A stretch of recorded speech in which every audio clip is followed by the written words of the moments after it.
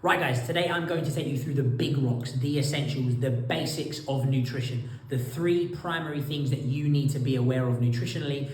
It's not absolutely everything, but we're going to cut out the fat and focus on the main stuff. And really this is going to be about 70 or 80% of what you need to be aware of. So number one, the most important area of nutrition is to ensure that you get adequate protein in your diet, without a doubt. Of course, main standout reason is because protein is crucial for the growth and repair of muscle, cells, tissue. So there we're talking about the retention at the very least of muscle as we get older, but possibly for many of us, the building of muscle. But that is without a doubt the most important area of nutrition. There are a couple of other reasons, we'll get to those shortly.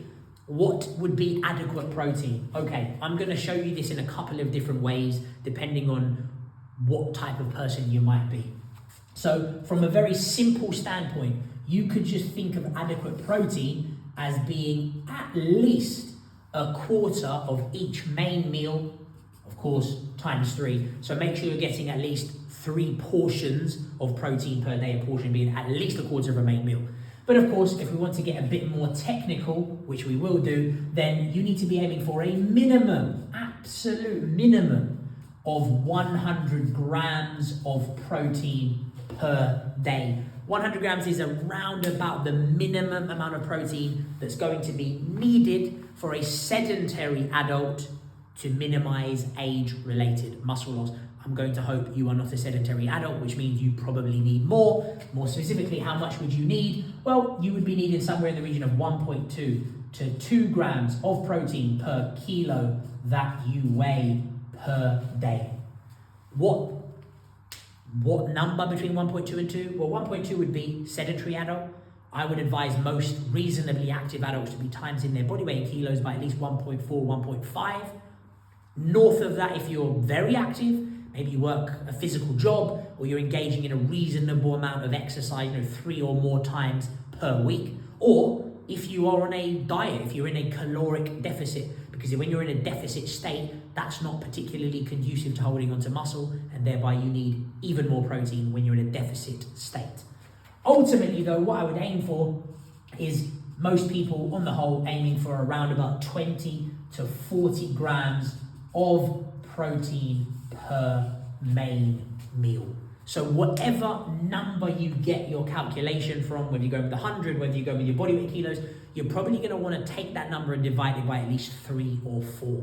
So 3 or 4 servings, and that's probably going to fall somewhere in the region of 20 to 40 odd grams, somewhere thereabouts, just in terms of being realistic.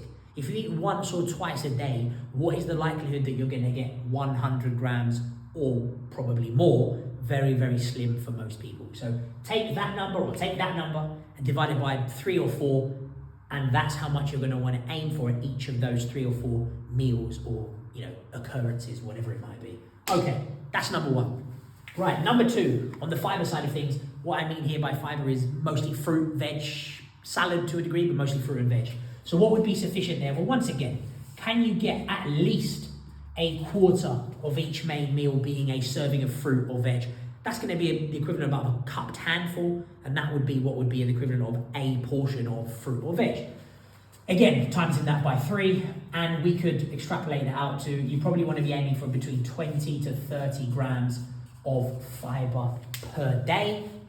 Or ultimately, again, I would say divide that number by 3 or 4 perhaps, aiming for between 5 to 10 grams of fiber per main meal. I like to look at things per meal. I don't really call it 3 meals a day. I more so refer to it as 3 opportunities a day. 3 opportunities to get what your body needs.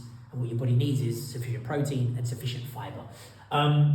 So why is it that protein and fiber are the most important areas of nutrition? Well, protein and fiber have 3 key things in common.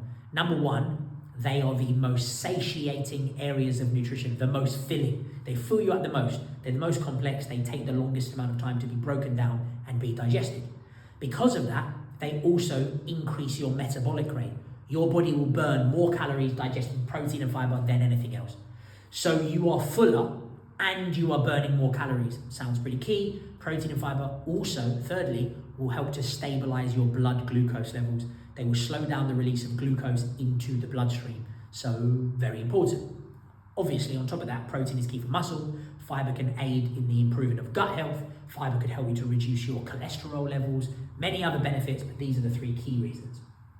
And then third and finally, we've got, after you've got enough protein, you've got enough fiber, can you ensure that you gravitate more often than not to better quality carbohydrates and better quality fats? For the most part, I mean the more minimally processed versions of those. So can you go for a better quality loaf of bread? Can you go for potatoes more often than fries or chips? You know, if you're making them yourselves, it's a little bit different.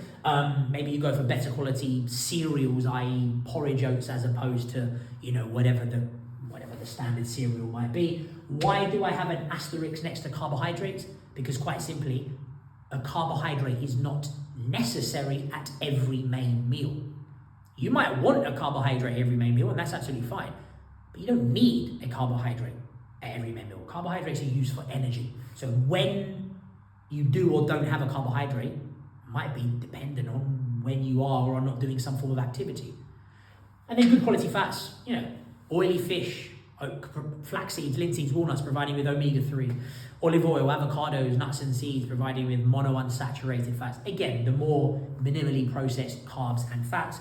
Ultimately, what I would advise our nutrition to ultimately end up looking like is something like this. The majority of your diet being filled up, and meals, not just diet, your meals, diets being filled up with number 1 and number 2, and the remaining portion of your diet being filled up by good quality 3s. And really, there you have it. Nutrition in a nutshell, as it were. The 3 key things to pay attention to. Everything else is fluff. Not that it's not important, but these are the big rocks. You get the big rocks right, I guarantee this is about 70 or 80% of what you need to do, what you need to be aware of. So there you have it. You've got some tools to build your nutrition, build your diet from the ground up, and have a huge influence over your health and your metabolism and various other things. Let's go.